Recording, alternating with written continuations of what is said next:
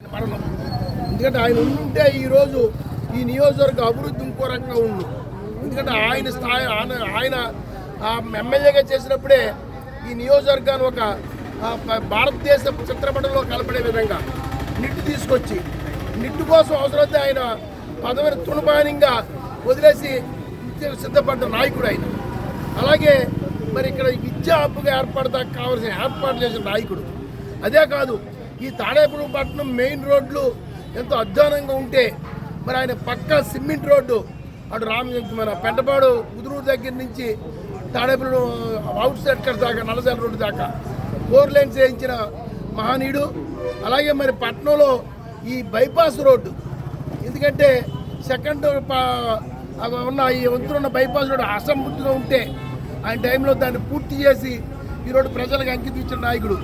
ఈ రకంగా మనం తాడేపల్లిగూడలో ఆయన ఉన్న 3.5 సంవత్సరాల మంత్రిగా 5 ఏళ్ళు ఎమ్మెల్యేగా ఉండి ఎన్నో అభివృద్ధి కార్యక్రమాలు మరి పట్టణానికి వేలాది కోట్ల రూపాయలు తీసుకొచ్చి అటు అభివృద్ధిలో సంక్షేమ పథకాల్లో కూడా ఆయన నేను ముందున్నానని నిర్మోహటంగా నిజాయితీగా పనిచేసిన ఏకైక నాయకుడు మన పైడికొండల మాణిక్యాలరావు. ఆయన గురించి మనం ఎన్ని చెప్పుకోవడం తక్కువ అవుతాయి. ఎందుకంటే నిట్టు ఈరోజు మరి ఆంధ్రప్రదేశ్ కాదు భారతదేశంలోనే ఈ తాడేపల్లి పట్టణాన్ని నిలబెట్టిన వ్యక్తి పైడికొండల మాణిక్యాలరావు గారు.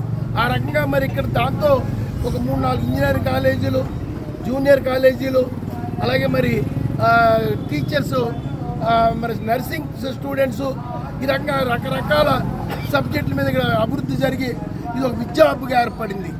మరి ఆయన అంత చెప్పుకున్న తక్కువ అవుద్ది.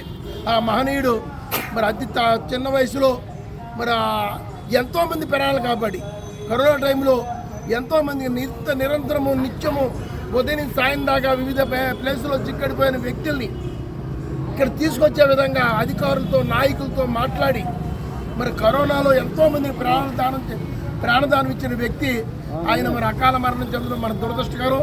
మన పార్టీకి తీరని నష్టమైన మరి ఆయన తరుంచుకోవడం చాలా గొప్పగా ఆలోచిస్తూ మరి ఈరోజు ఆయన పుత్రిక మరి ఆ పార్టీ నిలబెట్టే విధంగా ముందుకు వచ్చినందుకు ఆవిడకు కూడా నేను ఉదయపూర్వక అభినందనలు తెలియజేస్తూ మరి ఈ కార్యక్రమంలో ప్రతి వ్యక్తికి నేను మరొకసారి ధన్యవాదాలు తెలియజేస్తూ పైడికొండల గారు మాణిక్యాలరావు గారు ఆత్మగా భగవంతుడు శాంతి ఇవ్వాలని, ఆ కుటుంబాన్ని అన్ని విధాలా భగవంతుడు అండదండగా ఉండాలని కోరుకుంటూ సెలవు తీసుకుంటున్నాను.